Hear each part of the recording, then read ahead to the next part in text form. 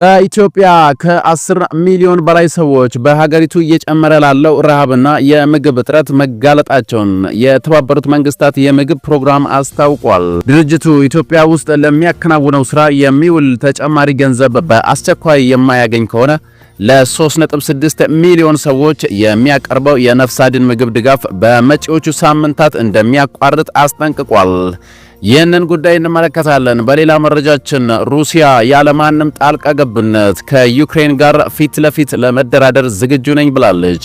ፕሬዝዳንት ፑቲን እንዳሉት ከሆነ ያለ አሜሪካ ጣልቃ ገብነት ከዩክሬን ጋር ለመነጋገር ዝግጁ ነን ብለዋል።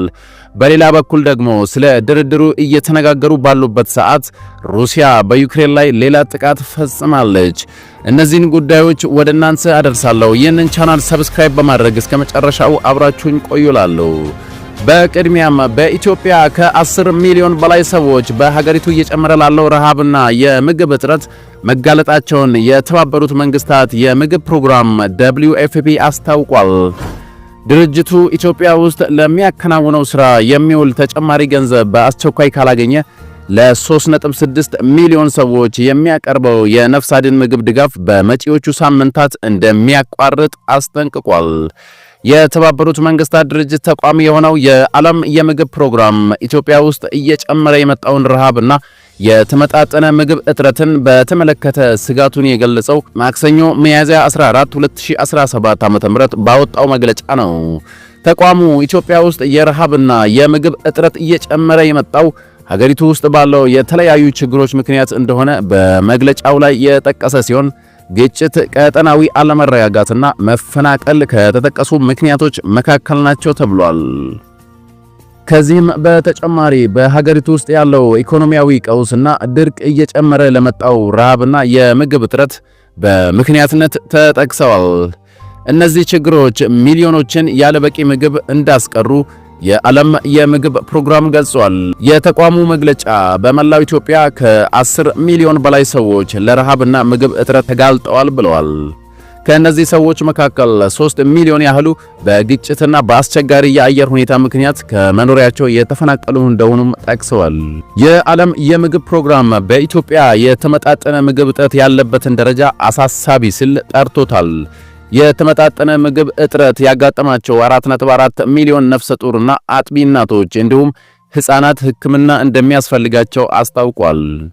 በዓለም የጤና ድርጅት መስፈርት መሰረት በአንድ አካባቢ ከሚገኙ ሕፃናት መካከል 15 በመቶ ለተመጣጠነ ምግብ እጥረት የተጋለጡ ከሆነ በአካባቢው ያለው ሁኔታ የአደጋ ጊዜ ተብሎ ይበየናል ብለዋል። ይህንን ያስታወሰው የዓለም የምግብ ፕሮግራም መግለጫ በሶማሌ፣ በኦሮሚያ፣ በትግራይና በአፋር ክልሎች በሚገኙ በአንድ አካባቢዎች ያለው እጅግ የተጎዱና የከሱ ሕፃናት ቁጥር በዓለም አቀፍ ደረጃ የአደጋ ጊዜ በሚል ለመበየን የተቀመጠው የ15 በመቶ ገደብ ያለፈ እንደሆነ ገልጸዋል። ይህ ችግር የታየበትን ሶማሌ ክልል በመጪው ግንቦት ይኖራል ተብሎ በሚጠበቀው ዝቅተኛ ዝናብ ምክንያት ሌላ የድርቅ ስጋት እንደተጋረጠበትም መግለጫው አሳስቧል። በሶማሌ ክልል የሚገኙ ነዋሪዎች በሀገሪቱ ታሪክ ለረጅም ጊዜ በቆየው እና እንደ አውሮፓውያኑ አቆጣጠር ከ2020 እስከ 2023 በነበረው ድርቅ አሁንም ድረስ እየተቸገሩ መሆኑንም አስታውሷል። እንደ ሱዳን ባሉ ጎረቤት ሀገራት እየተካሄደ ያሉ ግጭቶች ለኢትዮጵያ የሰብአዊ እርዳታ ፍላጎት መጨመር ምክንያት እንደሆነም በመግለጫው ላይ ተጠቅሷል። በ2025 የመጀመሪያ ሩብ ዓመት ከ3 ሚሊዮን በላይ ሰዎች የምግብ እርዳታ ማቅረቡን የገለጸው የዓለም የምግብ ፕሮግራም ከነዚህ ውስጥ 80 በመቶ ድጋፍ የቀረበው ለተፈናቀሉና የከፋ የምግብ ዋስትና ችግር ላጋጠማቸው ኢትዮጵያውያን መሆኑን አስታውቋል። ይሁን እንጂ ተቋሙ ኢትዮጵያ ውስጥ በሚያከናውናቸው የእርዳታ ስራዎች ላይ 2 ተግዳሮቶች እንዳጋጠሙት ገልጸዋል። መግለጫው በቀዳሚነት የጠቀሰው ተግዳሮት ከተደራሽነት ጋር የተያያዘ ሲሆን በአማራ ክልል ያለው ግጭትና የደህንነት ስጋት ተቋሙ በክልሉ የሚያከናውናቸውን የሰብአዊ እርዳታ ስራዎችን ማስተጓጎሉን አስረድቷል። የድርጅቱ መኪና እገታ፣ ከፍተኛ ዘረፋና ሌሎች ስጋቶች ያሉ የወንጀል ድርጊቶች በየክልሉ እየጨመሩ እንዲሁም በሰራተኞች ደህንነትና የነፍስ አድን ድጋፍ አቅርቦት ላይ ተጽዕኖ እየጋረጡ ነው ሲል ስጋቱን አስታውቋል። ተቋሙን እንዳጋጠመው የተጠቀሰው ሁለተኛው ተግዳሮት የገንዘብ እጥረት እንደሆነ መግለጫው ያስረዳል።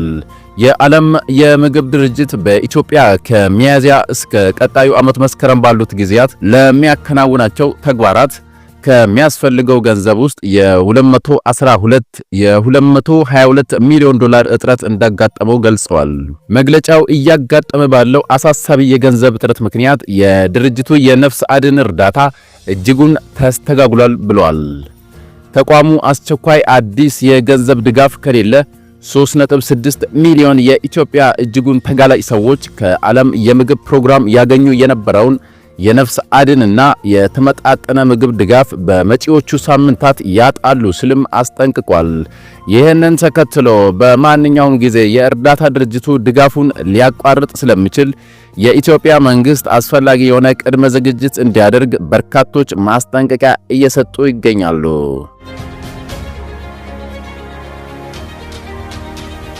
በሌላ መረጃችን የሩሲያው ፕሬዝዳንት ቭላዲሚር ፑቲን ከዩክሬኑ መሪ ቮሎዲሚር ዜሌንስኪ ጋር ያለማንም ጣልቃ ገብነት የሁለትዮሽ ንግግር ለማድረግ ዝግጁ መሆናቸውን አመላክተዋል። ሩሲያ በዩክሬን ላይ ወረራና ጥቃት ከከፈተች ከ3 ዓመት በኋላ ፑቲን ለቀጥተኛ ንግግር በራቸው ክፍት መሆኑን ሲናገሩ ይህ ለመጀመሪያ ጊዜ ነው ተብሏል። ፕሬዝዳንቱ ለሩሲያ መንግስት ቴሌቪዥን ባስተላለፉት መልእክት ሩሲያ ሁልጊዜም ማንኛውንም ሰላም ለማምጣት የሚደረጉ ጥረቶችን በበጎ ነው የምትመለከተው፣ የኪየቭ መንግስት ተወካዮችም ተመሳሳይ ስሜት እንደሚኖራቸው ተስፋ እናደርጋለን ብለዋል። የዩክሬኑ ፕሬዝዳንት ዜሌንስኪ ለፑቲን አስተያየት በቀጥታ ምላሽ ባይሰጡም ሆኖም ግን ዩክሬን የሰላማዊ ህዝባችንን ደህንነት ለሚያረጋግጥ ማንኛውም ንግግር ዝግጁ መሆኗን ገልጿል። በሁለቱ ሀገራት መካከል ጦርነት ከተጀመረ ከ2022 ጀምሮ በሩሲያና በዩክሬን መካከል ቀጥተኛ ድርድር ተካሂዶ የማይታወቅ ሲሆን ፑቲን የሁለትዮሽ ጉዳዮችን ጨምሮ ሲቪል ኢላማዎች ላይ ጥቃት ላለመፈጸም ውይይት ሊያደርጉ እንደሚችሉ በመግለጽ ከዩክሬን ጋር ድርድርና ውይይት ለማካሄድ በማሰብ ነው በማለት የዩክሬን ቃል አቀባይ ዲሚትሪ ፔስኮቭ ተናግሯል። ዜሌንስኪ ምሽት ላይ በቪዲዮ ባስተላለፉት መልእክት ሞስኮ በሰላማዊ መሰረተ ልማቶች ላይ የምትፈጽመውን ጥቃት ለማቆም ያላትን አቋም በተመለከተ ዩክሬን ግልጽ የሆነ መልስ ትፈልጋለች ብለዋል። ፑቲን ለፋሲካ በዓል አጭርና ውስን የሆነ የተኩስ አቁም ማድረጋቸውን ተከትሎም የዩክሬኑ መሪ በረጅም ርቀት ተወንጫፊ ድሮኖችና ሚሳኤሎች በሲቪል መሰረተ ልማቶች ላይ የሚፈጸም ጥቃትን ለማስቆም ቢያንስ ለ30 ቀን የተኩስ አቁም እንዲደረግ ሐሳብ አቅርበው ነበር። ፑቲንም ክሬምሊን ሐሳቡን እንደምታጤነው ገልጸው ሲቪል መሰረተ ልማት ላይ ጥቃት እንዳይፈጸም የሚለው ሐሳብ መስተካከል አለበት ሲሉ ለጋዜጠኞች ተናግረዋል። ይህ በእንዲህ እንዳለ ዩክሬን በዚህ ሳምንት በለንደን በሚካሄደው ከአሜሪካና ከአውሮፓ ሀገራት ጋር በሚደረግ ውይይት ትሳተፋለች የተባለ ሲሆን የውይይቱ ቀዳሚው አጀንዳ ያለምንም ቅድመ ሁኔታ ተኩስ አቁም እንዲደረግ መግፋት እንደሆነም ዜሌንስኪ ተናግሯል። የአሜሪካው ፕሬዝዳንት ዶናልድ ትራምፕ ሁለቱ ሀገራት ውይይቱን ከባድ የሚያደርጉት ከሆነ አሜሪካ በአሸማጋይነት አትሳተፍም ካሉ በኋላ በዚህ ሳምንት መጀመሪያ ላይ ሩሲያና ዩክሬን ተኩስ አቁም ላይ ይደርሳሉ ብለው ተስፋ እንደሚያደርጉ በመግለጽ በሁለቱ ሀገራት መካከልም ስምምነት እንዲደረስ ለማድረግ ጥረት እያደረጉ መሆናቸውን ገልጸዋል በማለት የዘገበው ቢቢሲ ነው። ክቡራትና ክቡራን የዛሬ ሚዲያ ቤተሰቦች የአሁኑ መረጃ ይህን ይመስል ነበር። አዳዲስና ወቅታዊ መረጃዎች በፍጥነት እንዲደርሳችሁ ይህን ቻናል ከታች ሰብስክራይብ አድርጉ እያልኩ በቀጣይ መረጃ እስክንገናኝ ድረስ ሰላም።